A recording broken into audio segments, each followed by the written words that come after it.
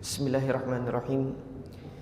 Innal hamdalillah nahmaduhu wa nasta'inuhu wa nastaghfiruh wa na'udzu billahi min shururi anfusina wa min sayyiati a'malina. May yahdihillahu fala mudhillalah wa may yudlil fala hadiyalah. Wa asyhadu an la ilaha illallah wahdahu la syarikalah wa asyhadu anna Muhammadan abduhu wa rasuluh. Allahumma salli wa sallim wa barik ala Muhammadin wa ala alihi wa ashabihi wa man ihtada bihadihi wastanna bisunnatihi ila yaumiddin, amma ba'd. Alhamdulillah, jamaah salat maghrib Masjid As-Sunnah yang dirahmati oleh Allah Subhanahu wa taala.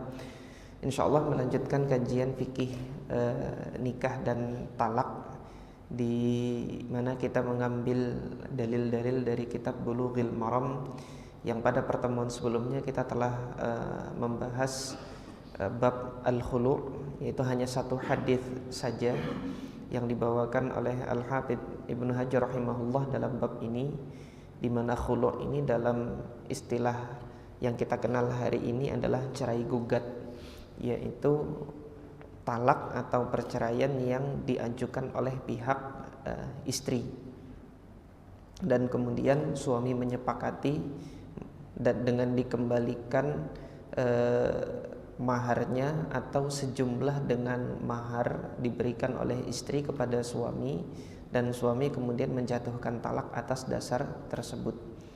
Nah, hanya saja kemarin juga telah kami sampaikan bahwasanya para ulama berbeda pendapat khulu itu apakah dihitung talak atau dia dihitung fasakh atau berpisah seperti itu, atau dibatalkan ikatan pernikahannya, atau dia dihitung talak sehingga nanti ada kewajiban-kewajiban iddah dan lain sebagainya. Nah, riwayat Abu Daud dan Tirmidzi yang dibawakan oleh Al-Hafidz Ibnu Hajar memberikan kabar atau memberikan pengajaran kepada kita bahwasanya khulu itu tidak disamakan dengan talak, karena Nabi SAW hanya menetapkan iddahnya itu hanya satu kali haid saja. Wali Abi Dawud wa Tirmidzi wa hasanah, dihasankan oleh Al-Imam At-Tirmidzi hadis tersebut, anna imra'ata Thabit ibn Qais ikhtala'at minhu, istri Thabit ibn Qais ikhtala'at, yaitu menuntut khulu' dari suaminya sebagaimana yang disebutkan dalam riwayat Imam Bukhari sebelumnya, datang kepada Nabi menyatakan bahwasanya aku tidak mencela Thabit bin Qais ini dari sisi akhlak dan agamanya, akan tetapi aku khawatir aku melakukan satu kekufuran, yaitu apa? Aku khawatir melakukan pelanggaran dalam agama ini sehingga aku tidak taat terhadap suamiku. Walakinni akrahul kufra fil Islam, kata istrinya Thabit bin Qais. Maka Nabi mengatakan, ataruddina hadiqatah, sudah kamu kembalikan kebunnya, itu kebun yang diberikan kepada istrinya sebagai mahar dahulu ketika pernikahan. Qalat na'am, ya sudah aku kembalikan, kata istrinya Thabit bin Qais ini. Maka Nabi mengatakan, iqbalil hadiqah, terima hadiqahnya atau kebun yang sudah dikembalikan itu, wahai Thabit, wa talliqha tatliqah, talaklah ia, jatuhkan talak kepada dirinya. Nah, ini yang menunjukkan, merupakan dalil bagi jumhur atau mayoritas ulama bahwasanya khulu itu adalah talak. Tapi Al-Hafidz Ibnu Hajar membawakan riwayat Imam Tirmidzi ketika Nabi mengatakan faja'ala an-nabiyyu iddataha haidah, Nabi menetapkan iddahnya, masa iddahnya hanya satu kali haid saja. Hal ini tentunya berbeda dengan hukum talak. Kalau talak iddahnya adalah tiga kali. Nah, yang dikuatkan oleh Al-Hafidz Ibnul Qayyim rahimahullahu taala bahwasanya yang dikuatkan di sini adalah pendapat yang kedua, dan ini secara qiyas ini kuat bahwasanya apa? Kalau talak itu ada kesempatan untuk rujuk, sehingga Allah Subhanahu wa taala menjadikan iddahnya itu 3 kali suci dari haid atau salah satu quru. Namun sementara itu untuk khulu ini sudah tidak ada kesempatan untuk rujuk. Kenapa? Karena istri yang menuntut. Karena istri yang menuntut dan kemudian dijatuhkan oleh suami dan sudah diterima imbalan dari menjatuhkan talak tersebut, sehingga cukup untuk mengetahui bahwasanya di dalam rahimnya itu sudah kosong dari kemungkinan kehamilan hubungan suami istri dari suami sebelumnya, maka ini sudah cukup untuk membuktikan rahimnya kosong dan sudah boleh untuk dinikahi oleh laki-laki yang lain setelah masa iddah 1 kali haid ini. Dan Al-Hafidz Ibnu Hajar rahimahullah juga membawakan riwayat Al-Imam Ibnu Majah dari riwayat Amr bin Shu'aib an abihi an jaddihi, yang menunjukkan sebab kenapa istrinya itu meminta khulu. Bahwasanya Thabit bin Qais kana damiman, jadi wajahnya itu tidak tampan, tidak rupawan, dan istrinya itu tidak senang untuk melihat wajah suaminya itu. Laula makhafatullah idza dakhala alayya labasaqtu fi wajhihi. Kalau aku tidak khawatir kepada Allah azza wajal, rasanya ingin aku ludahi wajah suamiku itu, karena dia tidak tahan melihat wajahnya. Kalau itu terjadi maka dia telah melakukan nusyuz, yaitu telah melakukan tindakan yang melawan suami atau kedurhakaan terhadap suami. Ketika itu dia lakukan, maka ini yang disebutkan dalam riwayat Imam Bukhari, al-kufra fil Islam, salah satu bentuk kekufuran. Jadi kufur yang tidak mengeluarkan seseorang dari agama, tetapi kufur nikmat namanya. Artinya tidak terima kasihnya istri terhadap suami. Maka setelah bab khulu ini, Al-Hafidz Ibnu Hajar rahimahullah membawakan bab yang baru, yaitu bab at-talaq, yang mana bab at-talaq inilah nanti yang menjadi dasar bagi pemutusan ikatan pernikahan. Jadi lawan dari pernikahan yaitu at-talaq.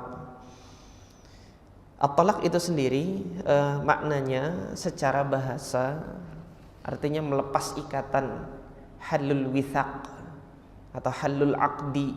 Ada sesuatu yang diikat kemudian dilepas. Ini secara bahasa artinya melepas ikatan. Dan kemudian dalam istilah yang lain, tolaqo itu artinya bebas. Setelah diikat dari belenggu itu bebas. Jadi sesuatu itu setelah dilepas dari ikatan dia bebas. Nah, nanti di dalam dalam disiplin ilmu usul fikih itu dikenal pembahasan mutlak dan muqayyad. Mutlak itu dalil-dalil yang bebas, muqayyad itu dalil-dalil yang terikat. Seperti perintah-perintah untuk itqu raqabah. Itqu raqabah itu membebaskan budak sebagai kafarat. Untuk kafarat sumpah, Allah Subhanahu wa taala menjadikan kafaratnya itu membebaskan budak. Tetapi nanti untuk pembunuhan yang tersalah, Allah Subhanahu wa taala tetapkan itqu raqabahnya itu membebaskan budak yang raqabah mukminah. Jadi budak yang dia mukmin, terikat dengan sifat iman, tidak sembarang budak. Tetapi untuk kafarat atau kafarat zihar, dia membebaskan budak, terserah budak itu muslim atau tidak Islam, boleh untuk dibebaskan. Nah, sama halnya juga seperti ayat wudu dan ayat tayamum, ketika Allah Subhanahu wa taala tegaskan di surah Al-Maidah itu untuk membasuh tangan ada keterikatan, dia enggak bebas gitu kan. Wa aydiyakum ilal marafiq, dan kedua tanganmu itu sampai ke siku. Kata Allah Subhanahu wa taala dalam Al-Qur'an, kedua tanganmu sampai siku, sehingga membasuh tangan itu ada keterikatan sifat, dia harus sampai siku. Nah, adapun tayamum, ketika Allah Subhanahu wa taala kalamkan di ayat yang sama, fatayammamu sa'idan thayyiban famsahu biwujuhikum wa aydikum min. Usaplah olehmu wajahmu dan kedua tanganmu. Nah, ketika Allah menyatakan untuk tayamum diusap kedua tangan, tidak ada ketentuan sifat yang mengikat, aturan yang mengikat dia harus sampai siku. Sehingga untuk tayamum nanti yang diusap itu sampai pergelangan saja itu sudah sah. Ini yang namanya mutlak dan muqayyad, bebas dan terikat. Nah, sekarang dalam pembahasan talak ini kata talaqa, at-talaq itu terambil dari kata talak yang artinya bebas, melepas ikatan. Yang semula istri itu terikat dengan ikatan pernikahan, ketika dijatuhkan talak dia terbebas dari ikatan pernikahan, sehingga tidak ada lagi kewajiban dia sebagai istri, dan tidak pula dia ada hak untuk meminta dari suami, sehingga dia nanti bebas untuk menikah dengan laki-laki yang diinginkannya selain dari suami yang sebelumnya itu apabila telah selesai masa iddahnya. Nah, ini secara bahasa. Nah, secara istilah, talak ini adalah halu uqdatin nikah, melepas ikatan pernikahan. Dengan apa? Bilafdzi talak, dengan lafaz talak. Jadi redaksinya itu harus talak. Kalau menggunakan redaksi selain redaksi talak, maka harus ada niat talak. Jadi ketika suami nanti mengatakan istri, udah kamu pulang aja ke rumah ibumu. Nah, di dalam hati ada niat untuk menjatuhkan talak, maka jatuh itu talak. Tapi ketika lagi marah gitu kan, udah pulang aja kamu ke rumah ibumu gitu, itu belum jatuh talak karena tidak ada lafaz talak. Tapi ketika sudah mengucapkan kamu saya talak gitu kan, dengan mengucapkan kata-kata talak, niat nggak niat itu udah jatuh. Itu nanti akan kita baca hadisnya yang Nabi SAW sabdakan, salasatun jidduhun najid wa hazluhunna jid. 3 hal yang sungguh-sungguh akan dinilai sungguh-sungguh. Wa hazluhun najid, main-mainnya pun akan dinilai sungguh-sungguh oleh Allah Subhanahu wa taala.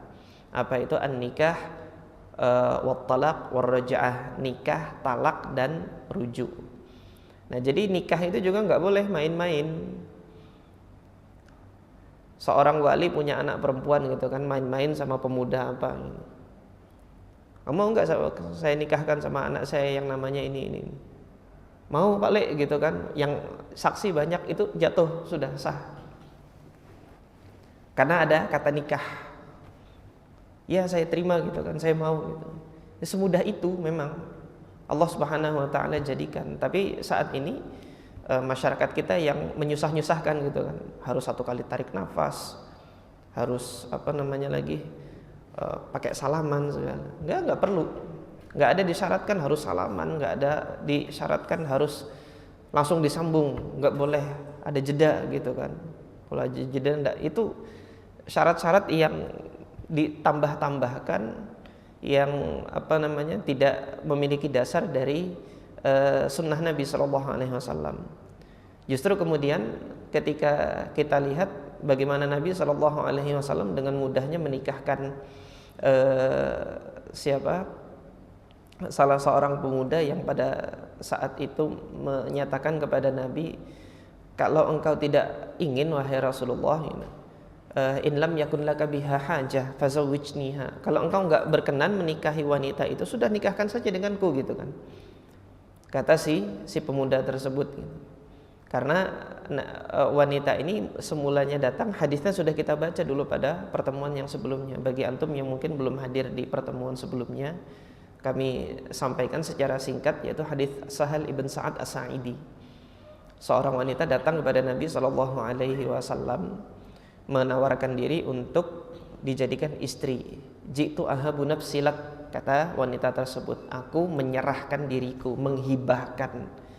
Jadi dengan lafaz hibah ini bagi Nabi SAW ini boleh sah, karena Allah dalam surah Al-Ahzab itu sudah menegaskan wa mar'atan mu'minatan in iwahabat nafsaha lin nabiyyi, seorang wanita mukminah yang wahabat, memberikan hibah, menyerahkan dirinya, menghibahkan dirinya kepada Nabi sallallahu alaihi wasallam.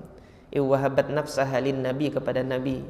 In aradan nabiyyu ayyastankihaha, kalau memang Nabi berkenan untuk menjadikannya sebagai istri dinikahinya. Khalisatan laka min dunil mu'minin, yang khusus ini hanya untuk Nabi Muhammad saja dan tidak boleh bagi orang-orang mukmin yang lain, hanya bagi Nabi. Jadi wanita mukminah datang kepada Nabi, wahai Rasulullah, aku menghibahkan diriku untukmu untuk dijadikan istri. Nabi mengatakan, ya aku mau. Maka itu sudah menjadi istri Nabi sallallahu alaihi wasallam. Maka wanita ini ketika melihat ayat ini, mengetahui turunnya ayat ini, hendak menjadi ummahatul mukmin, menjadi istri Nabi, datang kepada Nabi. Ketika menawarkan diri untuk menghibahkan diri, Nabi melihatnya, tapi Nabi kemudian tidak tertarik untuk menikahinya.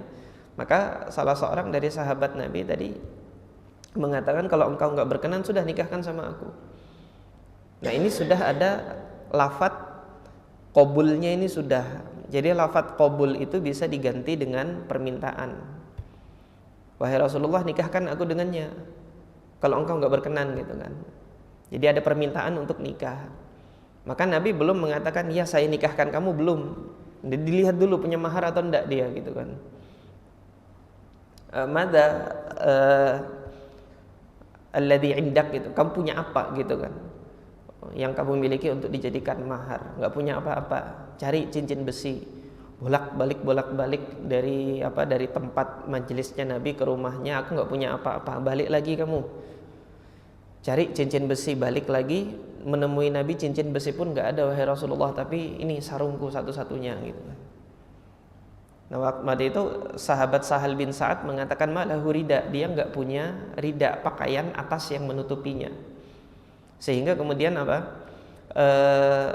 Rasulullah belum berkenan untuk mengizinkan izarnya atau sarungnya itu menjadi mahar, karena itu satu-satunya harta.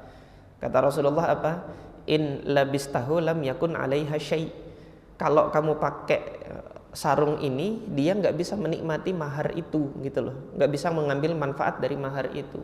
Wa in labisathu, tapi kalau dia gunakan sarung itu, dia ambil manfaat dari mahar itu dan dia kenakan sarung itu, kamu nggak pakai apa-apa, nggak ada baju, gitu. Ini menunjukkan saking miskinnya sahabat tersebut, harta yang dia miliki hanya sehelai sarung yang menutupi auratnya itu saja, bagian atasnya terbuka, telanjang dada dia. Nah, maka setelah ditanya oleh Nabi, dia punya hafalan Quran demikian, Nabi akhirnya menikahkan, idhab faqad zawwajtukaha bima ma'aka minal Quran. Sudah aku nikahkan engkau dengan hafalan yang kamu miliki itu. Alimha al-Quran, ajarkan dia Al-Quran. Jadi maharnya itu adalah pengajaran Al-Quran. Nah, ini kan berlalu waktu yang panjang, nafasnya itu berapa kali juga bolak-balik ke rumah ini. Tapi kemudian menjadi sah. Itu perempuan gak disebut binti-binti siapa, enggak. Sudah disaksikan oleh siapa? Orang yang ada di majelis tersebut, gitu kan. Gak harus pakai binti, tapi yang dimaksud adalah fulanah yang demikian, yang memang pada majelis itu dia ada, wanitanya sudah jelas orangnya, gitu kan. Gak disebut namanya. Kalau engkau gak mau, nikahkan aku dengannya, pakai nya, gitu. Sah sudah nikahnya itu, gitu. Nah, ini yang menunjukkan bahwasanya nikah, talak sama rujuk ini tidak dipersulit kalau sudah keluar secara talaffuz, secara lafaz ini sudah keluar nikah, kemudian sudah keluar talak, itu oleh Allah Subhanahu wa taala dianggap sungguh-sungguh itu, meskipun niat hati hanya main-main, gitu kan. Nah, ini yang berkenaan dengan hal tersebut.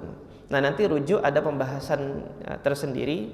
Singkatnya, rujuk ini nanti dilakukan di masa di masa iddah, dalam kategori talak yang raj'i, talak yang masih ada kesempatan rujuk. Ini hanya 2 kali diberikan oleh Allah Subhanahu wa taala kepada suami atau dua kesempatan saja, sebagaimana kalam Allah Azza wa Jal, at-talaqu marratan, talak itu 2 kali yang ada kesempatan untuk rujuknya gitu loh. Maka ketika Anda menjatuhkan talak untuk kategori ini para ulama menyebutkan kategorinya talak raj'i namanya, talak yang masih ada kesempatan rujuk. Fa imsakum bima'rufin aw tasrihum bi ihsan.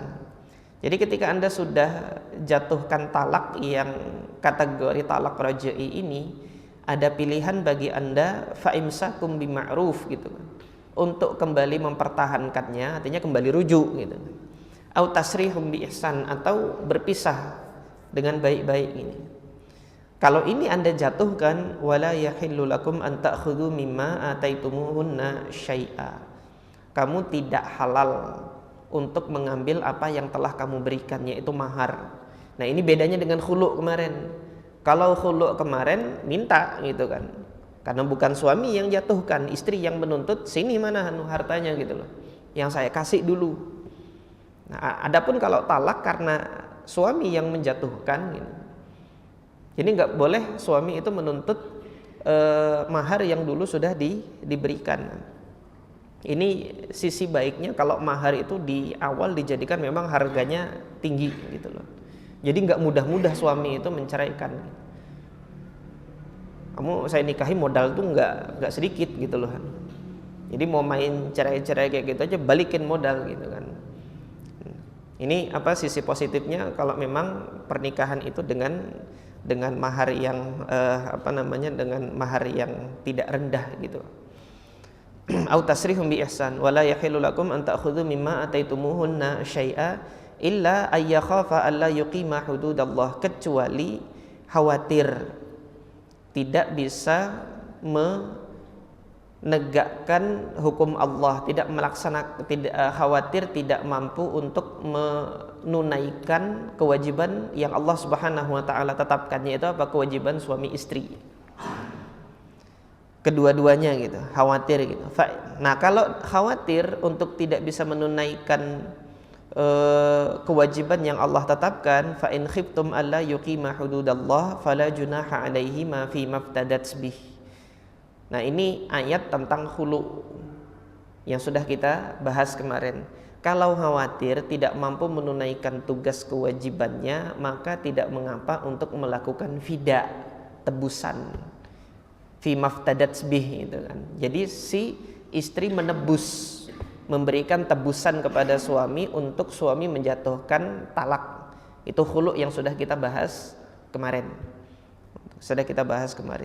Tilka hududullah, inilah aturan-aturan Allah, fala ta'taduha, jangan kalian lampaui batas aturan Allah tersebut. Wa may yata'adda hududallahi fa ulaika humudz zalimun, yang melewati batasan hukum Allah ini maka dia adalah orang-orang yang zalim. Surah Al-Baqarah ayat 229. Nah, 2 kesempatan ini diberikan kepada para suami. Jadi ketika nanti suami mengatakan talak kepada istri, wal iyadzubillah gitu, habis 1 kesempatan dia, tapi masih boleh rujuk. Rujuknya kapan? Antara masa iddah itu tadi. Makanya diberikan 3 bulan ini waktu yang tidak singkat yang Allah Subhanahu wa taala berikan kesempatan itu untuk rujuk. Nah, rujuk ini ada 2. Boleh dengan ucapan dan boleh dengan sindiran, kinayah. Kalau dengan ucapan ya sudah, suami mengatakan ayo rujuk gitu. Kita rujuk gitu. Atau kalau dengan sindiran gitu kan, diajak hubungan badan gitu kan. Setelah kata talak itu diucapkan, diajak hubungan badan, kemudian istri menerima ajakan hubungan badan tersebut, maka ini sudah dikategorikan rujuk. Tapi 1 kesempatan talak habis, gugur sudah. Nanti besok-besok mau marah-marah lagi, berantem lagi gitu kan, waliyadzubillah gitu. Sampai keluar kata talak, habis sudah talak yang rujuknya. Masih ada 1 kesempatan untuk rujuk. Nah, ketika rujuk lagi, kemudian berantem lagi, keluar kata talak untuk yang ketiga kali, baru ini yang Allah tegaskan dalam ayat 230. Fa in talaqaha, kalau dia jatuhkan sampai yang ketiga gitu. fala tahillu lahu min ba'du, maka tidak halal lagi istrinya itu setelah diucapkan kata talak yang ketiga ini. Hatta tankiha zaujan ghairah, sampai dia nikah dengan laki-laki yang lain. Fa in talaqaha, nanti kalau laki-laki yang lain itu menceraikan dia, mentalak dia, fala junaha alaihi ma ayyataraja'a, baru boleh bersatu lagi untuk akad nikah lagi dengan wanita tersebut.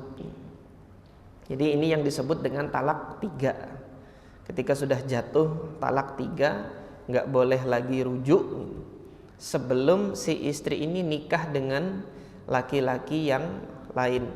Nah, setelah menikah dengan laki-laki yang lain dan laki-laki yang lain itu kemudian menjatuhkan talak lagi dan selesai masa iddahnya, baru dia boleh kembali kepada suami yang pertama. Nah, ini terjadi di masa Nabi SAW di pasangan dari Bani Quraisyah. Artinya kalau dari Bani Quraisyah ini berarti peristiwanya ini diperkirakan setelah tahun ke-5 Hijriah. Imra'atu Rifa'ah Al-Qurazi. Jadi wanita istrinya Rifa'ah ini datang kepada Nabi SAW dengan mengatakan kepada Nabi SAW bahwasanya saya dengan suami saya yang baru ini mithlu hutbatis thawb, artinya suami saya yang baru ini seperti ujung dari pakaian saya ini. Jadi bahasa kita hari ini nggak bisa ereksi, artinya nggak bisa melakukan hubungan badan gitu loh dengan suami yang kedua ini. Maka Rasulullah tanya, la'allaki turidina an tarji'i ila Rifa'ah, jadi kamu mau kembali sama Rifa'ah gitu kan, suami kamu yang pertama gitu kan. La, kata Nabi, nggak boleh ini. Nabi SAW mengatakan nggak boleh. La, tidak boleh.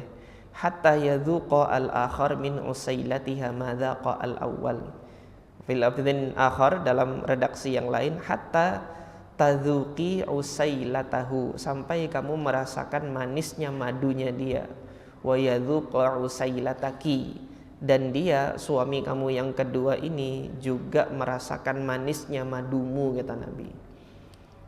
Jadi syaratnya itu tidak hanya sekedar akad nikah untuk suami yang kedua, untuk bisa kembali kepada suami pertama tadi ya, harus menikah dengan laki-laki lain yaitu suami kedua ini, dan harus melakukan hubungan badan. Setelah keduanya saling merasakan kenikmatan hubungan badan, dan kemudian suami yang kedua ini menjatuhkan talak, baru boleh kembali lagi kepada suami yang pertama.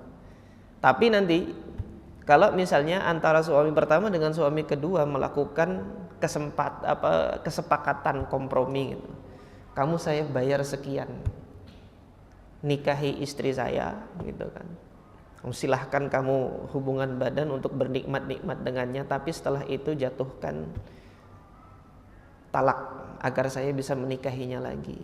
Ini juga dilaknat oleh Allah Subhanahu wa taala. Ini pernikahan yang ada kesepakatan yang di dalam ini oleh Allah Subhanahu wa taala juga dilarang, namanya nikah tahlil. Ini Nabi SAW dalam riwayat Imam Ahmad mengatakan la'ana Rasulullah. Abdullah ibn Mas'ud mengatakan la'ana Rasulullah melaknat al-muhallila wal muhallala lahu, seorang yang muhallil dan muhallal lahu. Muhallil itu suami kedua tadi yang menikahi untuk dihalalkan bagi suami pertama. Al-muhallalalahu, suami pertama tadi yang membuat kesepakatan agar si suami kedua ini menikahi istrinya agar istrinya nanti bisa kembali kepada suami yang pertama. Pernikahan yang demikian ini disebut dengan pernikahan tahlil. Pernikahan tahlil ini juga dilaknat oleh Allah Subhanahu wa taala karena apa? Ngakali syariat gitu. yang ngakali syariat untuk menjadi halal wal iyadzubillah. Oleh sebab itu jemaah sekalian yang dirahmati oleh Allah, karena beratnya konsekuensi talak ini, hati-hati para suami untuk mengucapkan kata ini jangan sampai. Semarah-marahnya gimana dengan istri gitu kan, kalau tidak kelewatan jangan sampai terucap ini. Meskipun nanti istrinya tantrum, ngamuk-ngamuk, guling-guling dia di tanah, ceraikan aku, jangan keluar itu. Kalau apa? Si istri belum meninggalkan sholat atau dia tidak berzina dengan laki-laki yang lain, jangan sampai keluar ucapan talak. Ini nasihat dari guru kami Syekh Anis Thahir Al-Indonesi. Beliau mewasiatkan kepada para suami agar bersabar dengan istrinya, kecuali dalam perkara kalau satu istrinya murtad gitu kan, meninggalkan Islam dan kemudian dia tidak sholat, atau istrinya dia melakukan hubungan fahisyah, hubungan keji, hubungan yang Allah haramkan dengan laki-laki lain.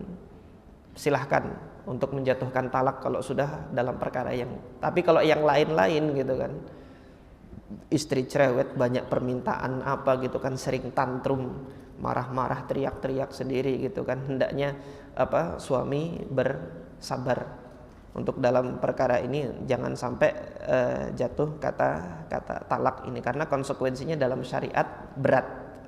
Konsekuensinya dalam syariat berat, dan ketika itu sudah terucap nanti ada penyesalan di kemudian hari. Ketika ada penyesalan di kemudian hari, sudah tidak bisa lagi ditarik kata-kata yang sudah terucap itu, wal iyadzubillah.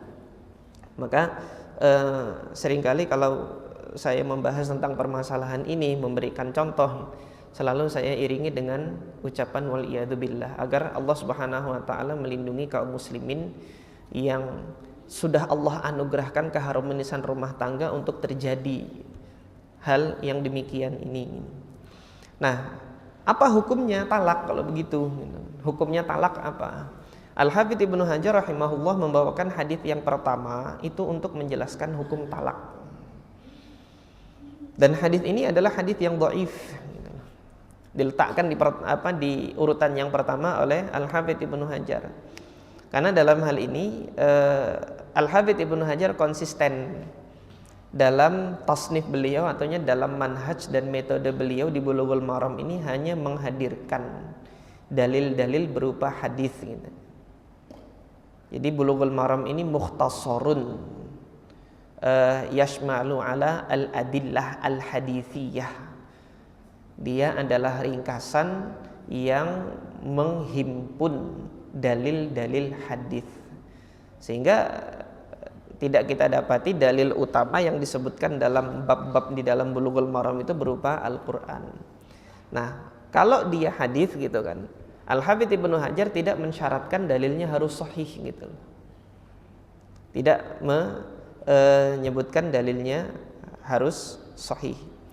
Nah, satu-satunya hadis yang secara tegas menyebutkan hukum talak adalah hadis ini, hadis Abdullah ibn Umar, yang seringkali dikutip oleh para fuqaha di dalam kitab-kitab fikih mereka untuk menegaskan hukum asal dari talak ini adalah makruh. Abghadu al-halali ilallahi talak. Jadi sesuatu yang halal yang paling dibenci oleh Allah Subhanahu wa taala adalah talak. Rawahu Abu Daud wa Ibnu Majah. Diriwayatkan Imam Abu Daud dan Imam Ibnu Majah. Wa sahhahahu Al-Hakim. Disahihkan oleh Al-Imam Al-Hakim. Wa rajjaha Abu Hatim irsalahu. Namun kemudian Al-Imam Abu Hatim merajihkan, menguatkan bahwasanya hadis ini mursal. Jadi kelemahan hadis ini itu tidak mudah untuk diambil kesimpulannya. Nanti ada sisi-sisi yang lain ketika melakukan takhrij, oh dari sisi ini bisa diangkat nih menjadi sahih gitu kan. Tapi nanti ditelusuri lagi ada kelemahan lagi. Ini saya dapat faidah dari kakak kelas saya, Al-Ustadz Dr. Haikal Basharahil, hafizahullah, semoga Allah menjaga beliau. Ketika kami masih kuliah dulu, beliau pernah menyampaikan, saya itu capek, kata beliau, lelah ketika mentakhrij hadis ini. Hampir di setiap tabaqat itu ada masalahnya gitu loh. Dan setiap tabaqat itu ada kelemahan-kelemahan untuk menelusuri. Jadi turuknya ini banyak, ini jalur periwayatannya ini banyak, dan di setiap jalur periwayatan itu ada nanti yang menguatkan, ada yang melemahkan. Jadi memang melelahkan untuk mentakhrij hadis ini. Nah, di sini yang nampak bagi saya kecenderungannya adalah bahwasanya hadis ini lemah. Dan ini dirajihkan oleh Al-Imam Abu Hatim rahimahullah. Dalam hal ini Al-Imam Abu Hatim pakar untuk menetapkan kelemahan yang tersembunyi di dalam suatu hadis, yaitu beliau adalah imam dalam ilmu ilalil hadis. Nah, jadi demikian. Sehingga secara redaksional hadis gitu kan masih belum valid, belum bisa dikatakan valid bahwasanya Nabi sendiri yang menegaskan bahwasanya talak itu adalah makruh gitu loh. Abghadul halali ilallahi at-talaq. Ini kecil kemungkinan Nabi mengucapkan demikian. Kalau memang ini benar, ya Nabi SAW tentunya dengan para sahabatnya ini tidak dengan semudah itu mengizinkan sahabat-sahabat Nabi nanti yang menjatuhkan talak gitu kan. Nah, ini sebagaimana nanti kita baca hadis Abdullah bin Umar gitu kan. Karena perawinya ini sama nih. Abdullah bin Umar. Di hadis yang pertama Nabi mengatakan sesuatu yang halal yang paling dibenci oleh Allah adalah talak.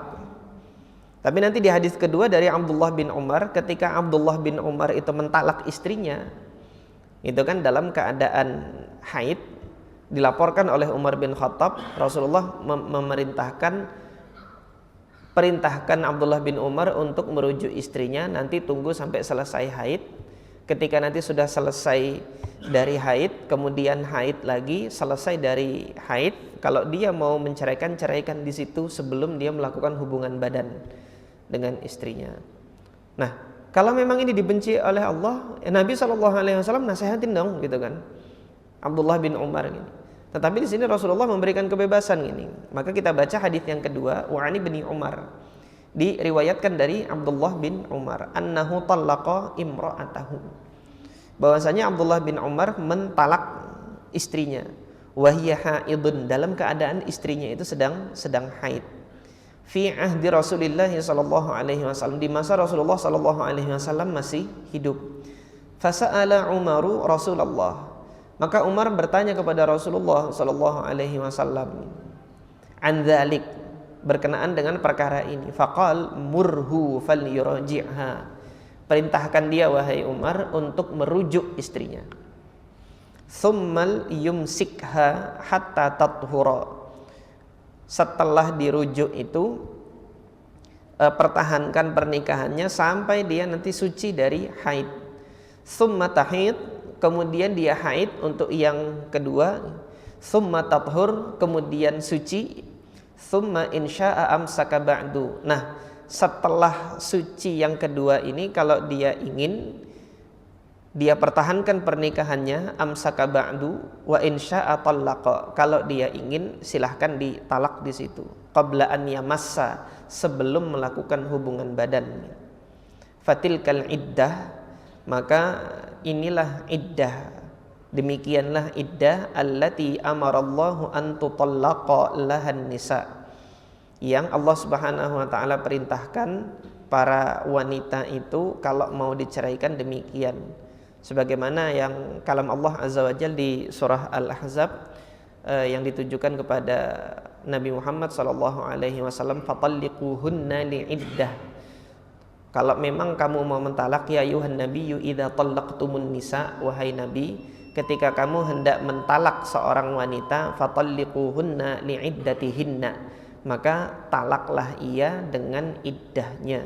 Artinya ditalak di masa iddah, itu di masa yang suci dari haid sebelum melakukan hubungan sebelum melakukan hubungan badan. Wa fi riwayatin li Muslim, dalam riwayat Imam Muslim, murhu falyuraji'ha, perintahkan ia, yaitu perintahkan Abdullah bin Umar, falyuraji'ha, untuk merujuknya, thumma yutalliqha tahiran aw hamilan, kemudian hendaknya dia mentalak itu dalam keadaan suci atau dalam keadaan dia hamil. Wa fi riwayatin wa husibat tatliqah, dan ini dihitung 1 kali talak sudah jatuh. Ini nanti pembahasan yang akan datang, ini dinamakan dengan talak bid'i. Talak bid'i itu talak bid'ah gitu. Maksudnya talak bid'ah itu apa? Talak yang dilarang oleh Allah Subhanahu wa taala, tapi secara hukum dihukumi sudah jatuh talak gitu.